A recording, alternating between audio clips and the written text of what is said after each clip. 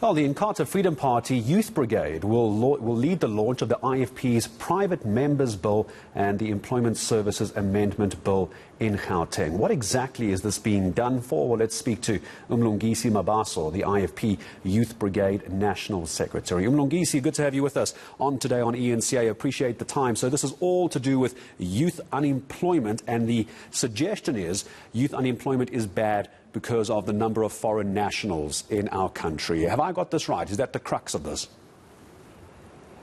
Well, thank you very much for having me on the show, and greetings to you and the viewers at homes. We have just concluded our event not so long ago. We are still within the premise where we were launching this bill. But the bill, what it seeks to achieve is for the government to regulate the employment of foreign nationals, documented and undocumented, for the purposes of prioritizing South Africans, especially with the employment where it does not require a special skill or a high qualifications to do the job. This job refers to the people that are working in restaurants. It speaks to the people that are driving trucks. It speaks to the security personnel and all other jobs. But what we are saying, in fact, is that the minister must, identify and publicize a list of the skills that is shortage in the country that can be required to be sourced outside the country. And once he has done that, the bill further seeks that the minister must then make provisions for skills transfer and say, if this particular skill is not in the country and we are sourcing out the person with that particular skill outside South Africa, then there must be a process of a skills transfer, so that after a certain period of time, that person then should be allowed to go back to the country of origin and leave South Africans to continue with that particular work.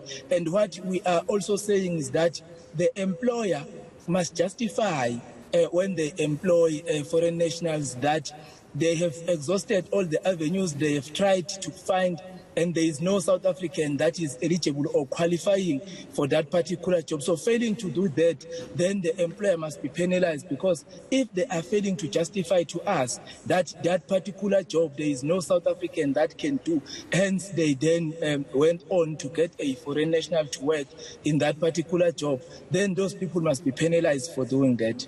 Mlungisi, there is a concern, and I'm sure you're aware of it from some quarters, that this kind of bill and this kind of rhetoric could create a sense of xenophobia. What do you tell those critics? Are you not concerned this could lead to xenophobic violence? Well, it shouldn't. It's not being prioritizing South Africans to earn employment doesn't make it xenophobic. I mean, if you go to other countries, they have regulated the employment of foreign nationals. Go to Botswana here, across the border. Not all the job is given to people that are not originally from Botswana. There are jobs and there are economic activities that are reserved for their citizens, and no one said they are xenophobic about that. So what we are trying to do here with this bill as IFP is that we had a high unemployment rate in the country, and the leaky jobs that is left in the market must be given to South Africans for us to tackle the unemployment rate that we are currently fighting. In a way, unemployment is a pandemic in the country, and the interventions must be injected, and this is part of the intervention. And all other countries have regulated the foreign nationals' employment, except for South Africa, where everyone just gets a job opportunity, willy-nilly, without even to check whether that person is documented or not. So if you go to courier companies, if you go to your e-hailing, if you go to your restaurant, there are even undocumented foreign nationals that are working there.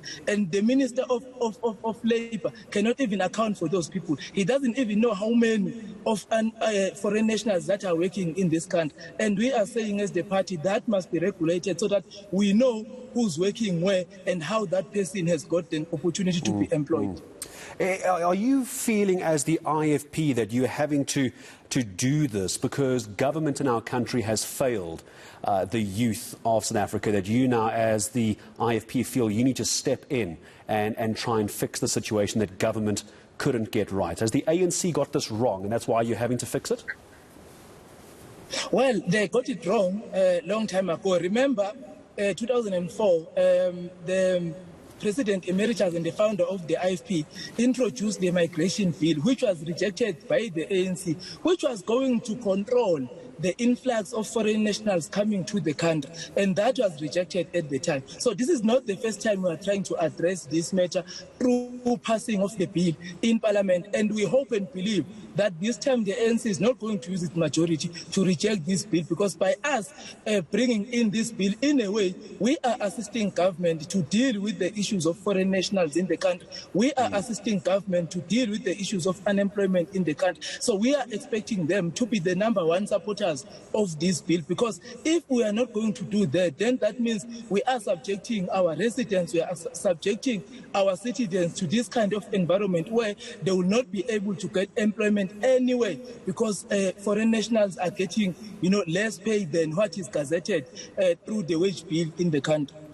Help me understand the position of the IFP about foreign nationals that own companies, own spaza shops, own any kind of company that's employing locals. What's the IFP's stance on that? You have foreign nationals that are employing locals and the youth in our country. What's the IFP's view on that? Well, the South Africans can also employ South Africans. I mean, the township economy is the one that we must use to boost our economy and grow our economy. So there is nothing that stops South Africans to open those shops, operate those shops, and employ South Africans. So whatever that foreign nationals are doing in the country, it's things that we are also capable of doing. No, I understand that it's perfectly possible for South Africans, of course, to open shops and create business. I'm not arguing that point. I'm wondering if a foreign national today, Mlungisi, owns a shop that is employing locals. What's the IFP's stance on a foreign national creating jobs for locals? Where do you land on that? You must also remember and take into cognizance that foreign investment is allowed, and we are not against that. So there are foreign people that will come and open businesses in South Africa, but they must also be subjected to the policies and the act that guides and regulates the employment within the country. So if there is foreign investment in the country and that boosts us, to create employment, that is welcome, and IFP is not against it. What we are against is the employment of foreign nationals in a sector where South Africans can do the same job. Just before I begin to close up our conversation, Mlungisi, there is one or two critics also suggesting this is someone who works in the Human Mobility in Africa organization, Scalabrini, a migrant expert, saying that the IFP is trying to scapegoat foreign nationals for poverty, inequality and unemployment in our country. Are you simply trying to blame foreign nationals for our problems? No, we are not blaming foreign nationals. What we are saying, we are addressing the challenge that is facing our residents.